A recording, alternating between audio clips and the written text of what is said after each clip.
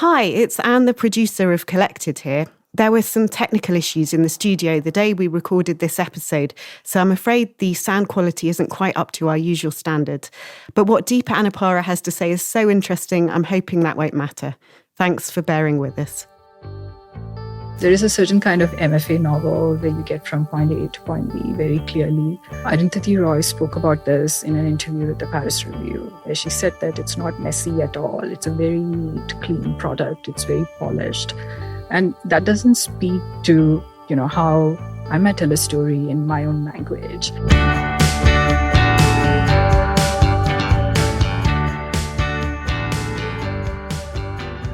Hi, everyone, and welcome to Collected, the Royal Literary Fund podcast where we dive deep into the world of writing.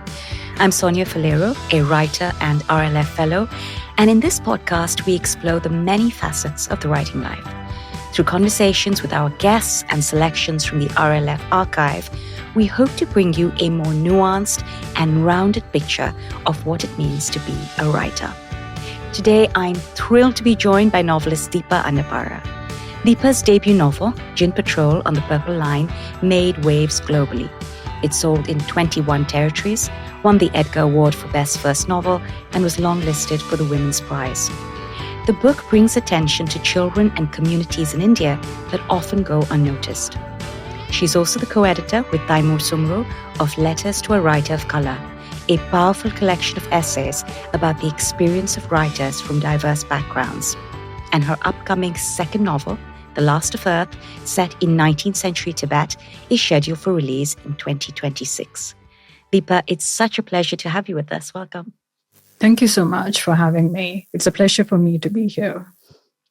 Deepa, let's start with the journey of getting Gin Patrol on the Purple Line off the ground. Mm-hmm. I know it wasn't easy. You've written an essay about it. You faced a lot of challenges along the way, self-doubt, financial stress, and personal struggles. Could you talk to us about what kept you going through those hard days? I would say primarily the desire to write. Right from the time I was a child, I wanted to write a novel. But if you're from a working class background or a background without privilege like mine, it's very hard to imagine yourself as a writer. There is the expectation that somebody will fund you in your writing. And for my parents, they drilled it into me that, I shouldn't even think of studying English literature, for instance, that I should do what most Asian parents tell their children to do, which is something like medicine or engineering.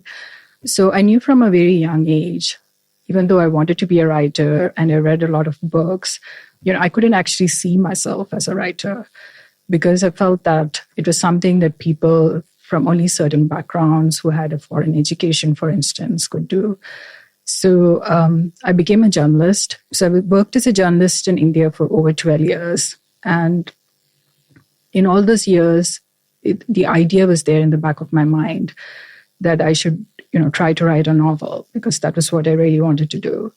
And when I was working in Delhi, I came across these stories of children going missing in impoverished areas. And I know this is something that you have written on as well, Sonia. And I thought it was, the stories of children themselves were missing.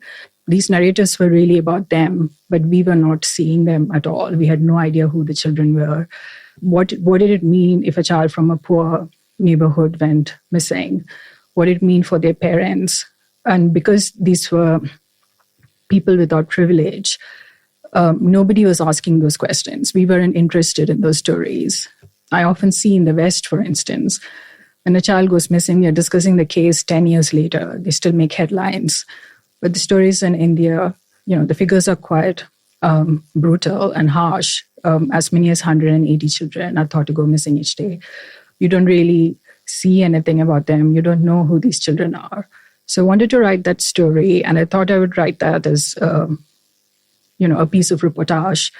But it didn't really work out. It's very hard to interview children. There are lots of ethical questions around that. So it was something I think I first thought of writing in 2008 or 2009. And it took a really long time for me to sit down and actually write the novel. There was a lot of self-doubt.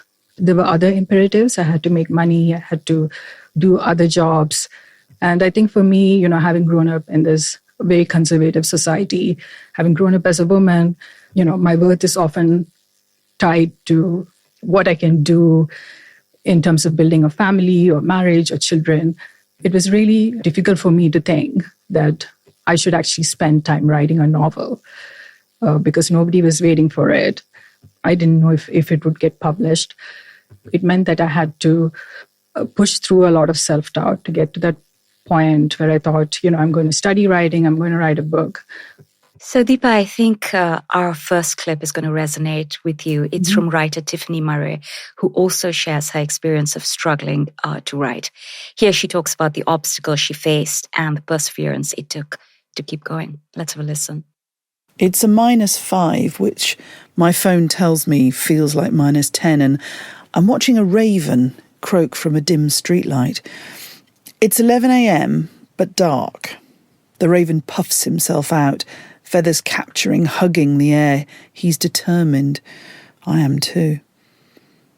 I've travelled to Iceland in winter to write. Ridiculous, I know. I'm house-sitting for a friend of a friend. A privilege, I know. It's almost Christmas. I'm missing family, and this act is one of desperation. A -5 that feels like -10, with sunrise at 11:45 a.m. and sunset at 3:45 p.m. I found it's too cold and dark to run away from this borrowed desk. And as spellbinding as Reykjavik is, it's too expensive to venture out. You don't drink, you don't eat too much, but it's free to write here. This is my breaking point. We all know it. If you're listening to this, you're probably a writer. It creeps up slowly, that disconnect between the words on the page, the time they take, the business of publishing and earning a living. We don't need to read the recent Arts Council report on literary fiction, that nebulous and unhelpful term, to feel the pinch. For a while we convince ourselves that earning a living from writing doesn't matter. It's not the point. The writing has to be done after the day job, in those moments where we should be living our own lives with friends, with family, not locked up in a borrowed basement flat in a -5 that's a -10 in Reykjavik. That conundrum. Still, it's hard to say something like this without thinking, oh, stop bloody moaning. Because writers do moan. Social media has brought it out in us, I think. Being a writer is a choice. And it's not hard, they say. You're not a nurse, a doctor, a miner, a candlestick maker. Writing is, that word again, a privilege. Still, at home, in the cluttered spare room between teaching jobs and day jobs, this litany of it's not hard, it's not hard, it's not hard, writing is not hard, wasn't working. I had dabbled, the worst word for a writer. I had sketched, but I hadn't written properly. I hadn't stuck with and sweated through a whole project for, I have to admit this, 18 months. I had lost my trigger. That unfettered run of the imagination where you think anything can happen and it's thrilling. I live in a forest, but I hadn't got lost in the woods of narrative and clawed my way through the dark bracken, because writing a novel is a bit like that, isn't it? Did that metaphor work? Maybe not. I had lost my oomph, the staying power that then coaxes and tames this unfettered trigger over months, over years, because we all know a book can take that long, longer. Deepa, did anything in that clip resonate with you? Absolutely. So I wrote an entire essay about this, about how difficult it was for me to find the confidence to write, even the belief that, I should be writing. And so much of what Tiffany says in her in this lovely piece that she's written and she's read out, it resonates with me because writing a novel is a long process. And I think there is an ebb and flow to it as well, because sometimes, you can get by on self-belief alone, or, you can convince yourself that you have a story to tell and that other people will want to read it. But then often at some point, because writing a novel takes so long, you find your enthusiasm flagging, self-doubt creeps in. And there are other questions as well. For me, when I was writing my novel, my sister was diagnosed with a terminal illness. And for me, that, brought up this big question, like, what is my writing worth? Is it worth anything? Is it going to cure, a disease? All my life I had rebelled against what my parents wanted me to do, which was to become a doctor. And suddenly I felt that at that point, I would have been helpful if I had a medical degree. And instead, what I had was my laptop, and I was trying to write this novel. And in some ways, I clung to it for my sanity because it was such a difficult time for all of us. And it was very hard for me to watch what my sister was going through. These were things you could not really discuss or talk about. I couldn't talk about it with my friends. I think I put all of that in the novel instead. So in some ways, it kept me sane. But each moment I was also asking myself, what am I doing? Is this worth anything? And so it's really difficult when you have something, incredibly tragic happen in your life, and when you're grieving, to find power in words. Because I think one of the first things that happens is that you can no longer read, books can no longer save you, stories can't save you. But in some ways, for me, this particular story, which was about, a child trying to find his friends who are going missing in his neighborhood, in some ways it linked to what I was experiencing. And I think that was the only reason I could write it. So much of it is dependent on convincing yourself that this is, this will appeal to somebody, this will speak to somebody, to someone's situation, and that they might be able to, find an answer or find a companion or find some comfort in a difficult time, in the words that you've written. So I think that's part of what motivates me to keep writing as well. Thank you so much for sharing that. That was profoundly moving. On the subject of why we write and whether it makes any difference, the reason I wrote my first novel, I don't write novels anymore because I can't, but the reason I wrote my first and only novel was because I was trying to process the death of my mother. I lost my mother when I was a teenager, and I held on to that pain and that trauma for so many years. And I felt like I had a story to tell. And I told that story in the form of a novel, a novella that I wrote. And once I told that story and it was out there in the world, for me, that was a lot of healing. So I knew then in that case, in that particular instance, what writing is for. So I do understand where you're coming from. And I do also feel very much like you in that every day or most days one asks the question, what is the point? Writers don't earn very much, and we depend a lot on reviews from other people and our agents and literary magazines and our audience. But how do we know whether it's good and whether it's valuable and whether we should keep doing it? And yet, weirdly enough, we keep doing it. Why do we keep doing it, Deepa?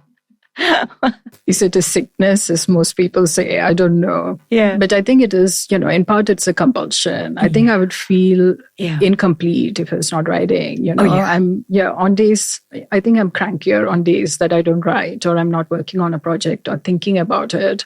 In some ways, I feel something is missing. Yeah. And as long as I'm writing, and, as Tiffany said in her piece, you can complain, and writers do complain. I joke about this with my friends as well, that we spend so much time complaining. We could have written entire books in that time.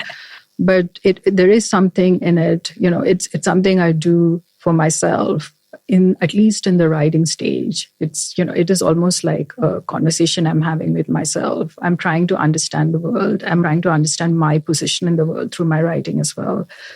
And, typically I'm writing something because I want to find an answer as well. I learn things at the same time as my characters. There are two sides to it. As long as I'm writing, it's, something very personal. It's something I'm doing for myself. It's very precious to me for that reason. Once it goes out, then, you have these responses from your agents or from editors who may think it's not marketable. I think those questions are completely different and sometimes not even really relevant to me. Thank you so much. I just want to say that Gin Patrol is an exquisite piece of work. I remember reading it in one sitting, and I was sobbing. It was so beautiful. It was a truly stunning piece of work. And I couldn't believe that story had not been written before. And I was so grateful that that story was out there. Were you under any pressure, whether from yourself or from others, to explain things to your Western audience, or to portray things in certain ways for your Indian audience? Because, of course, they are two entirely different audiences in how they would read this story. I think I was very conscious of the fact that I should not be presenting a stereotypical version of India, having seen a lot of that in the West in movies and books. So I knew what I didn't want to do. And also, once you've actually met parents of children who've gone missing, once you have been in those neighborhoods and talked to people, you have a completely different view of what's happening. I didn't have that distance that would have allowed me to write a story perhaps that would be more marketable or, appeal to a Western audience. I just could not do that because I'd met the people, I talked to children as a reporter, and I knew what they were like. So for me, I couldn't change things because it would make it an easier story for a Western reader or an easily digestible story for a Western reader. So I knew I couldn't do that at all. I think for me, the ethical question was, what right do I have to write about this community? And that was something that I really wrestled with. It took such a long time for me to write the book because I did not believe I could tell that story fairly. And, there are structural reasons why certain people are marginalized and why they don't have a voice. And it's not for me to say, actually, I can't tell the story because I was a reporter. It doesn't give me any kind of authority. So I was very conscious of that. So I think for me, the guiding principle was, what if the people I was writing about, what if they read the book? What would their response be? Would they see themselves on the page, or would they think that it was a cliched, stereotypical response of somebody who doesn't understand what impoverishment means? So it was a hypothetical reader because our books are mostly not translated into Hindi or any of the Indian languages. So I knew, the people I was writing about, the children I was writing about, would never read the book. But just asking myself that question, what would their response be? I found that to be really helpful. In terms of pressure, there were definitely questions about the kind of, should I offer translations of words that are in Hindi or Urdu? I took the decision that I would not explain anything that's clear to my characters. I pretty much stuck to that throughout the process, even though once the book was with publishers, these questions were raised many times. And in fact, the American edition has a glossary. Some of the translations, like the German translation, has a glossary. And that was a compromise that I had to kind of agree with because publishers felt that a Western audience just wouldn't engage with a book that didn't explain so many things. But it felt to me that, our role or our responsibility as writers is to be true to our characters. And so why would they be explaining, what a gulab jamun is? They wouldn't. So yeah. I didn't do that either. Yeah.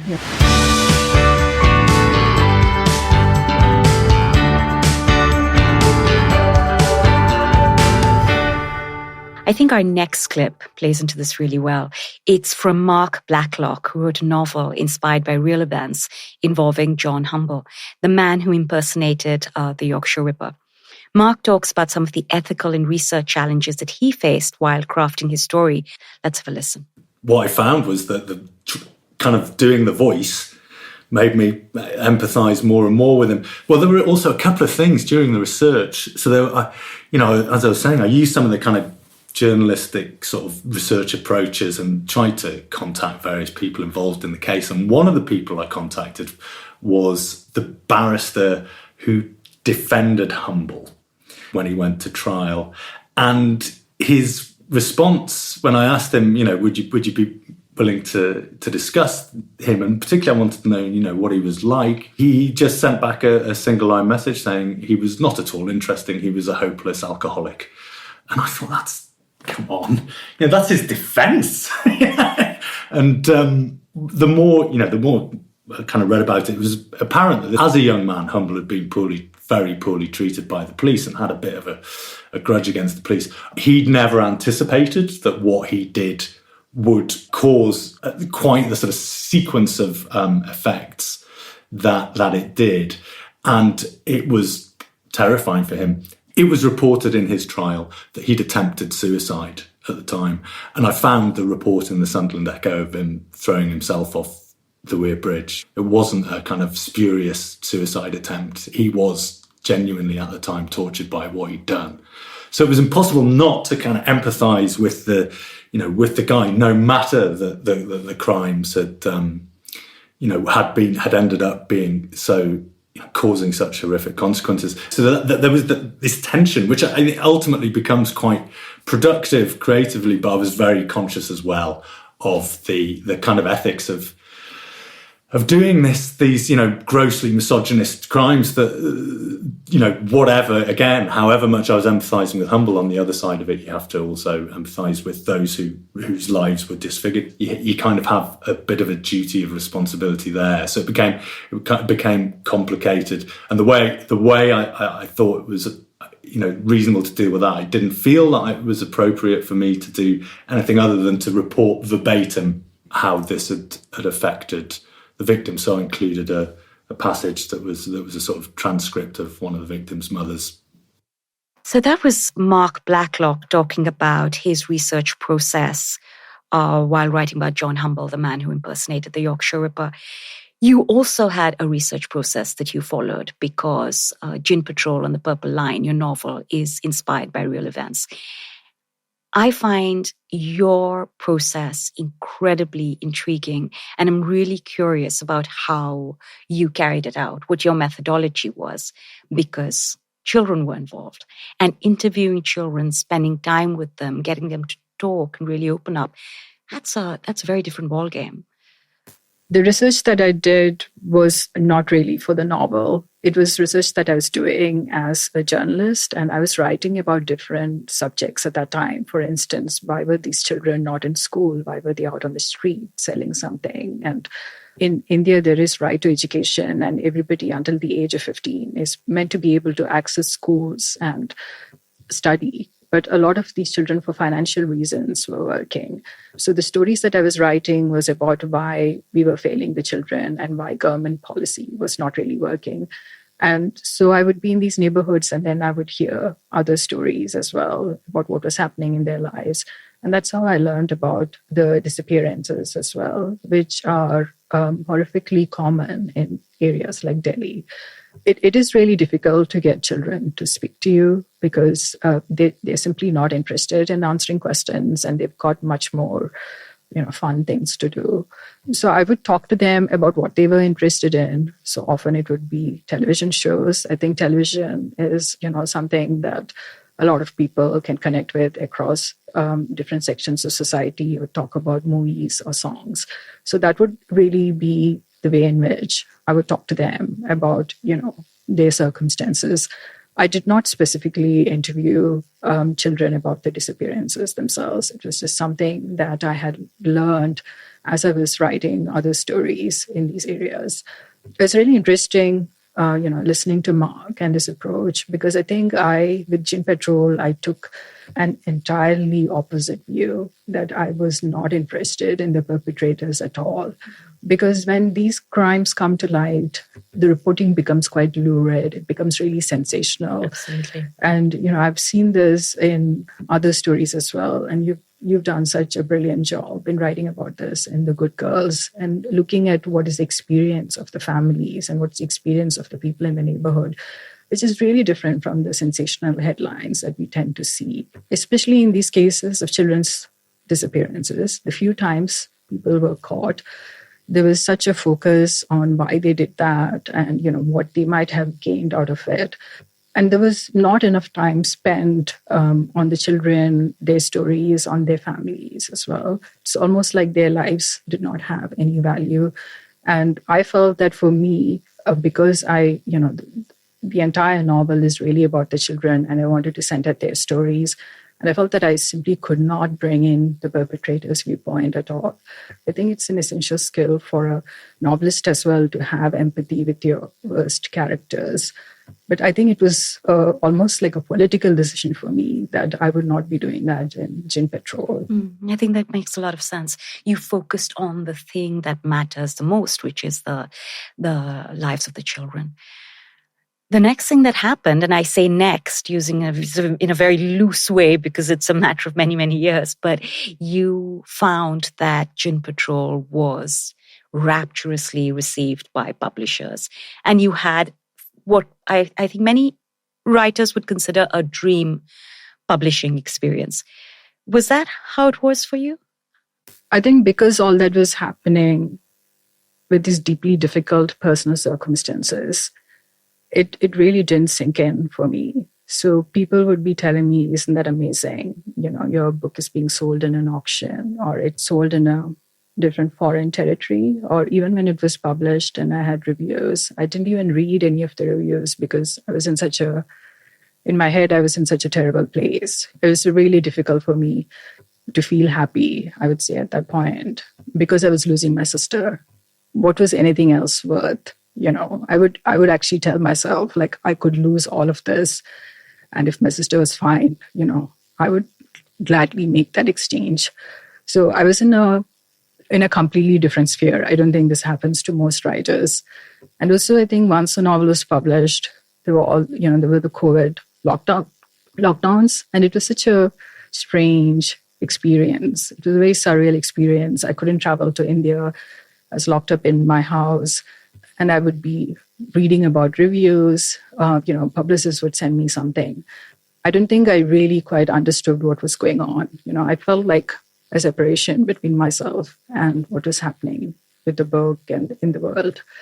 When Letters came out last year, it didn't receive the kind of response that Gin Patrol had. So I think if you were to ask me now, I can very clearly see that my novel had a kind of really unimaginable response for most writers.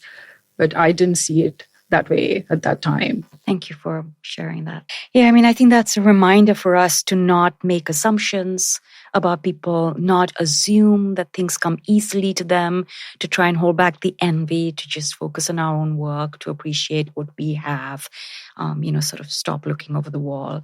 The novelist Matt Haig had an Instagram post about this just this morning, in fact, where he said, don't make assumptions about people's lives. Don't assume that what they have now has come to them easily because you don't know the journey that they've been on. And I think that's particularly true for creative people because our lives can be so messy and we don't earn salaries and we don't have a secure future. And it's a very scrappy life, and there's a lot to admire in that life.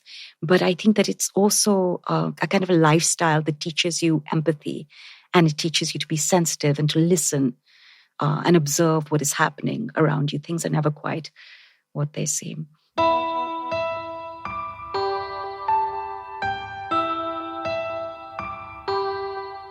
I want to move on to what it is that you actually do other than writing, which is teaching. You teach narrative journalism at City. So in this next clip, Mary Jane Riley shares a piece of advice she received from a well-known crime writer. It touches on the way teaching can influence a writer's own process. Let's have a listen. Never open a book with the weather, proclaimed Elmore Leonard. Every character should want something, even if it's only a glass of water, instructed Kurt Vonnegut. Avoid adverbs, said Stephen King and Elmore Leonard. Even George Orwell got in on the act. What am I trying to say? Was one of his questions to ask oneself. So many writing rules, so much advice everywhere you look. Blogs, newspaper and magazine articles, even academic papers. It's exhausting. Then there are the books about writing. Now, I do confess I'm a sucker for them and, collect them from classics like Becoming a Writer by Dorothea Brand, published in the early 1930s, to the plain quirky Save the Cat or Take Off Your Pants, to the straightforward Write to be Published, How to Write the Breakout Novel, yes please, to the more esoteric such as Will Storr's The Science of Storytelling. The very first book about writing I ever bought was To Writers with Love on Writing Romantic Novels by Mary Wibberley, published in the mid-1980s and full of advice about dialogue, romantic heroes and feisty heroines. Even the picture on the hardback cover was inspirational, showing a woman hard at work in a study with pens, paper, a typewriter and a pair of glasses. I would read it, make my fortune. Didn't happen. However, despite all the advice from published and unpublished authors and all my books about writing, the one piece of really practical advice was given to me by the great, late Ruth Rendell. I was a presenter on a BBC radio station when my boss told me he'd arranged an interview with Miss Rendell just before a literary lunch in Aldborough in Suffolk. A literary lunch! One of my favourite authors, and I wanted to write too. I was very nervous, especially as Miss Rendell was not, I was told, a lover of interviewers. There was no literary lunch for me, just a cold room in a seafront hotel on a miserable day with sleet in the air. And the weather, I know, but it's not at the beginning of my story, in which I met one of my literary idols. She was polite and very giving of her time, answered my questions, not many smiles. Eventually I switched off my tape recorder. She was about to get up and leave when I blurted out, "I want to write a book. Do you have any advice?" Then I wanted to curl up into a ball. She fixed me with a steely glare.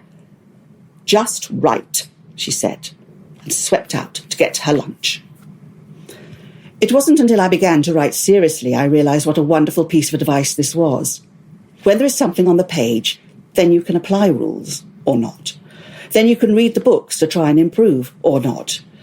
But above all, there have to be words on a page. You have to, well, just write.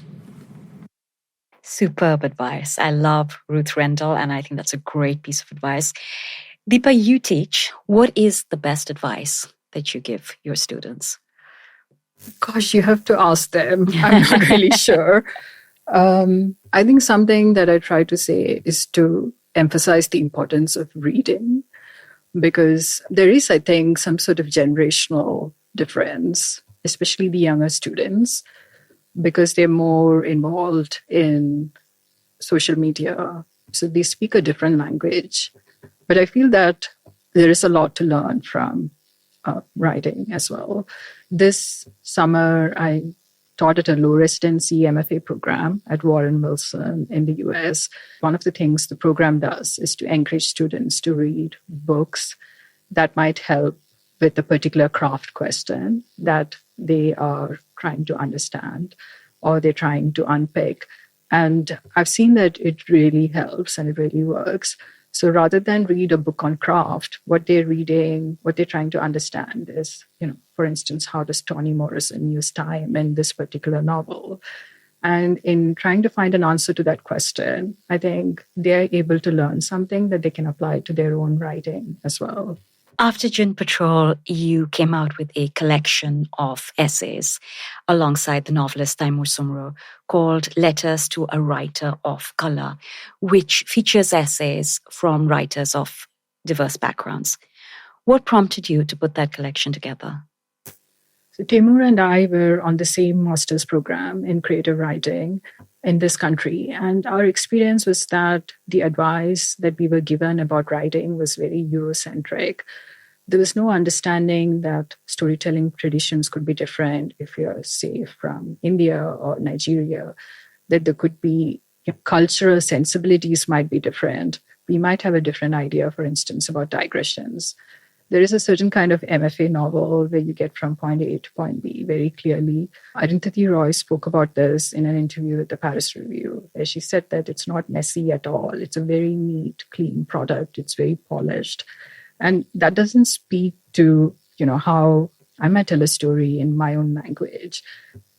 A lot of Indian languages, for instance, are very rich with imagery. And so if I were to try to write like Raymond Carver, it would make no sense because that is just not the sensibility of the culture that I'm from. We're not big on minimalism, I would say. This is true. And I found that the questions on craft that we had, there were no answers to that in that program or in any of these books. I too read a number of texts on creative writing, on how to write, but they don't really address that question of what is it like to write as a person, say, from India, writing about India in English. What are the questions that we have to think about in the act of translation, for instance? What does it mean to write about a culture where, oral storytelling traditions are, very impactful? And it's something that it's, it runs in our blood, I think. And those storytelling traditions don't really match with the notion of show, don't tell that's very common in the Western world. So we wanted to put together a book which would answer the questions that we had about writing and answers that we didn't find in our program or in any of the creative writing texts that we read. So, for instance, we have, this lovely piece by Madeleine Thien on structure, in which she talks about moving away from this Aristotelian narrative arc, or maybe even Freytag's pyramid, even though she doesn't mention that, but finding a structure that replicates patterns in life. We have Jamil Jan Kochai writing about Afghanistan, and he said he struggled to write that story because he was trying to follow a linear narrative, as was encouraged in an MFA program. Mm-hmm. But the minute he decided to follow the structure of, something like Arabian Nights, then it belonged together, because he said that was the only way in which you could tell the story of a country which had been under decades of war and had been ruled by multiple powers. And so if you saw one, I think there's a lovely anecdote in his piece in which he talks about somebody being let go by a Taliban chief because, the chief's uncle or somebody like that had been helped by this person's father. So it was like some very intricate and convoluted connection. But how do you bring all those connections out in your story if you're following this idea that, you can't tell anything, everything has to be shown? It's very difficult to bring together, those layers of very complicated history into a piece. So I think for me, reading those essays from other writers, it really taught me quite a lot. But also I think it helped me feel more grounded and gave me the confidence to write in a way that I felt was, authentic to my life and my experience. And I'm hoping that the book will do that for others as well. I want to come back to this, but before we re-enter the subject, let's have a listen to this clip from an essay by Diana Evans, who reflects on writing about race in her work. She describes how her understanding of her own voice and her message evolved while on her way to a writing residency in New York. Sitting opposite me on the train are two American women of a certain age, possibly sisters, wearing knee-length dresses and flat shoes. They have dried, papery complexions and dyed blonde hair. They're chatting away and sharing pictures on their phones, sighing, smiling to themselves. Maybe they're on their way back to the suburbs after a day out in the city. When someone in the carriage sneezes, one of them says, "God bless you." The other plays with the wrinkled flesh on her knees and puts her feet up on the chair next to me. Their presence, their oblivious physical ease, is an invasion into the book I'm reading. African-American author Ta-Nehisi Coates' New York Times bestseller, Between the World and Me, which I started at Heathrow Airport at dawn. It has completely arrested me. A long essay written in the style of a letter to the author's teenage son, it encapsulates the big delusion of race while describing what it's like to live inside its confines. Black people are black, Coates argues, only because white people have been led to believe that they are white. Race is the child of racism, he writes, not the father. In the novel, I want to finish at Omai. I'm trying, as I often do, to get away from the theme of race. I find it reductive. It's a theme that seems imposed on black writers, obligating them to rage against racial injustice, to enlighten everyone on their experiences pertaining to race. I'm more interested in my novel in writing about marriage and motherhood, London, friendship, about how our identities change as we grow older and the struggle we go through to accept our new selves. The theme of race is implicit in all of this because it's implicit in the lives of my characters, but they're human first. They have the right to be human first, to be ordinary. And reading Coates's book reminds me of this imperative, makes me feel spurred and encouraged in my work. Writing and reading is a conversation, and I often feel that I'm writing in response to things I read, as a gesture towards them, or indeed away from them. I would like my characters to be perceived, at least in racial terms, as ordinary, their skin colour as commonplace as these two ladies sitting in front of me. You know, in preparation for our conversation, I read a few interviews with writers of color, and two of them really stuck out to me, and I wanted to share them with you. One was with the novelist Kamala Shamsi, winner of the Women's Prize. And Kamala was talking about how after one of her first books was sold in the US, she traveled there to meet her publisher. And her publicist took her aside and she says, "You have to help me out here. I don't know how to market your book to your people. How do I find your people?" And Kamala didn't say it at the time, which of course she regrets, but later on, she was like, "My people are readers. Just find the readers." And the other interview that I read that has stayed with me was with the novelist Rohini Vara, who was a recent finalist for the Pulitzer Prize. And Rohini talks about selling her first book and how some of the responses from major publishers were along the lines of, "Thank you so much for this incredible book, but we already have a book set in India coming out this year, or we already have a book set in South Asia coming out this year." And I think these two interviews encapsulate the pressures on writers of color and how there are these attempts, willfully or not, to position us in this tiny, tiny little place from which we're not allowed to leave. It's a burden, but I think many writers of our generation have taken it as a challenge and have gone on to produce exceptional work. How do you view it? Is it a burden? Is it a challenge? Something in between? It is a difficult question for me. When we were coming up with the title for the essay collection, there was much discussion on whether we should categorize ourselves. I think Temur put it this way, is the ghettoization happening by ourselves when we say we are a writer of color? Are we making that the main part of our identity? And ultimately, we decided on that particular title because we wanted to reach a particular audience whose questions about writing, which were really particular to their culture or their ethnicity, were not being answered. And we felt that was the best way to reach those readers. But, it's something that I think about. And I know Diana Evans is talking about Ordinary People, which is such a wonderful, brilliant novel, one of my favorites. In the novel, being Black is not the main or the integral part of the experience. But in some ways, it still is. I think it begins with Obama's victory, if I remember right. So that is such a pivotal point in the book. And I think that is the way in which it somehow functions, which is that, I don't want to be thought of as South Asian or Indian in this country. I don't want to be a brown-skinned woman. But in some ways, it's placed on me. There's no getting away from it. I am seen as an Indian because of my accent or because of the way I look. And there are certain assumptions people have about me and my writing because of where I'm from or because of the way I look. And, part of me wants to challenge that as well. But part of me wants to be authentic to that experience, that I can't walk on the street and not be a brown person.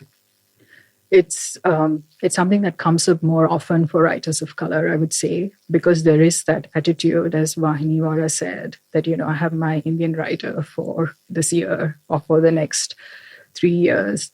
So I think you do feel that pressure. There's no escaping it. And I remember I was very conscious of the fact that mine was one of the 2 or 3 books by Indian writers that came out that year. And I knew that, so many people would make assumptions about India based on how I represented my country. So it is a huge burden in many ways, I would love not to have that burden. But I think the way the world is right now, that's not possible. I think you make a really interesting point when you say you were aware of how many other writers publishing that year were Indian, which is actually an extraordinary thing to have in your mind, given how many writers publish books every year. But the atmosphere that's been created by the publishing industry ends up seeing writers of certain backgrounds feeling like they're in competition with one another.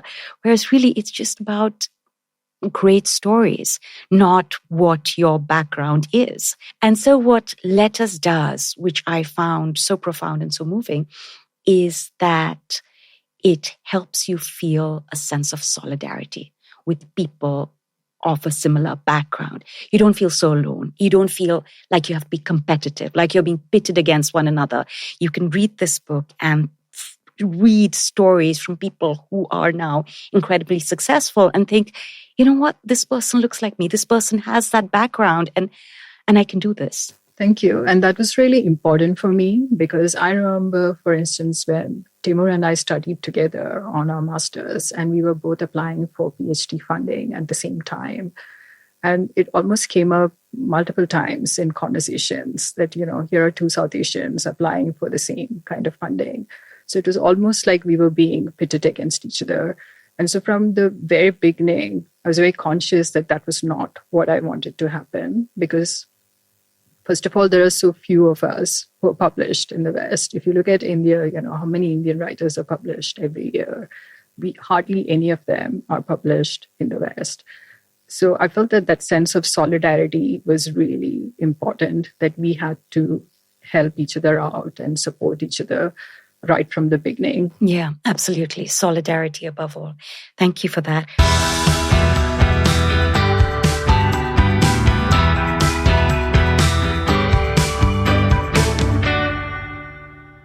We have a final theme, and it features novelist and TV writer Mark Illis, who talks about his idea of the perfect place to write. And I thought this would be a good theme on which to end, because you have spoken about the idea of ideal writing conditions. Let's have a listen. I like the idea of writing in a cafe, sitting there with my laptop, my flat white, my faraway look, as my fingers swiftly chick-chack over the keys. The baristas would get to know me, maybe read the odd line over my shoulder. I might put them into my acknowledgements. I also like the idea of writing on a train for about 3 hours, by the window at an otherwise empty table for 4, with the countryside streaming past outside. My writing somehow matches the steady rhythm of the train hissing over the tracks. There's a coffee in this image too. But I can't work in cafes, because there's too much real life going on around me. And I can't work on trains because I prefer to read or listen to a podcast or just stare out of the window. I might be able to look over some notes, do some prep for a meeting, but I never write in those conditions. When I think of the perfect place to write, I think back to a house we were renting 25 years ago. I had a very small room with a narrow desk in front of the window. When I looked up, I saw the road outside, people walking up the hill, and beyond them the hillsides seething with trees. Because the room was so small, it had to stay tidy, otherwise I wouldn't be able to move. Or perhaps I just had fewer papers and wires in those days. I had an office for a while after that, an actual office outside the house. It felt good to go to work in the morning, as if I had a normal job. That had a window too, over a car park, in which they filmed Last Tango in Halifax one day. Derek Jacobi was a bit distracting. A writer's retreat is a wonderful thing. Perhaps the closest to perfection for me was Hawthornden Castle, where I was lucky enough to spend a few weeks in the 80s. I remember telling the administrator on the phone that I was on crutches, but not to worry, I was fine with stairs. "Are you all right with turrets?" he asked. Lunch was brought to my door, dinner was made by Mrs. Heinz's personal chef, the castle was in lovely grounds, and Edinburgh was a bus ride away. The only distraction was listening to the writer next door to me typing away furiously. I had the sense that she was having a much more productive time than I was. So actually, even the retreat wasn't perfect, not in the long term. The closest thing to a perfect place to write may be the untidy, paper-filled, wire-festooned room I'm in now. I have a few postcards and quotations stuck up around me. There's drawers full of workshop notes, old manuscripts, and just stuff. The whole room is probably a pretty good reflection of the inside of my head. It's messy, fragmented, definitely imperfect, but it'll do. That was delightful. I have to admit that I am still writing at the kitchen table with the washing machine usually on in the background and with my dog somewhere at my feet. And this is as good as it's ever going to get. And I've made my peace with it. What about you, Deepa? So I have a really small study at the moment. It's the size of a closet. It's filled with books. And I always joke during Zoom calls that, this is how I'm going to die, with these books falling on me and I'll be buried under that. And in fact, during COVID, in one of those interviews that I did, some of the books did fall. Luckily, I escaped. So that's where I write. I prefer writing there only because, all the books I need for research are around me. And, I like having the solidity of these books that may encourage or influence or inspire me next to me. Because I worked as a journalist, I think I can pretty much write anywhere. That's something that you learn, I think, from being in a newsroom. Most newsrooms are really noisy. You learn very quickly to block everything else out. I dream of going on a retreat and being able to write, but that hasn't happened so far. But I'm quite happy, sitting at my table and writing. As long as you have a window and you can see even a slice of sky, I think I'm fine. Do you have any rituals that you follow? I like writing first thing in the morning. I tend to wake up really early, or I am an insomniac, so I don't really sleep at all. But I find that, I like to get my writing done before it's 7 or 8 a.m. So those tend to be my best hours. Just get my coffee and sit at my table and write. Yeah. That sounds incredible. Thank you so much. Deepa, it's been such a pleasure having you on the podcast today. Thank you for sharing your experiences and your wisdom, for being so open and so generous.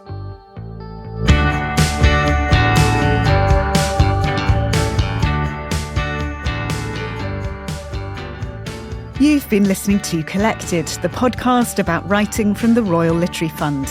If you'd like to share any comments or questions, please use the hashtag RLFCollected on our social media channels. The music was composed by Andy Glenn. There was research by Nicola Baldwin and post-production by James Robertson. Our producer was Anne Morgan.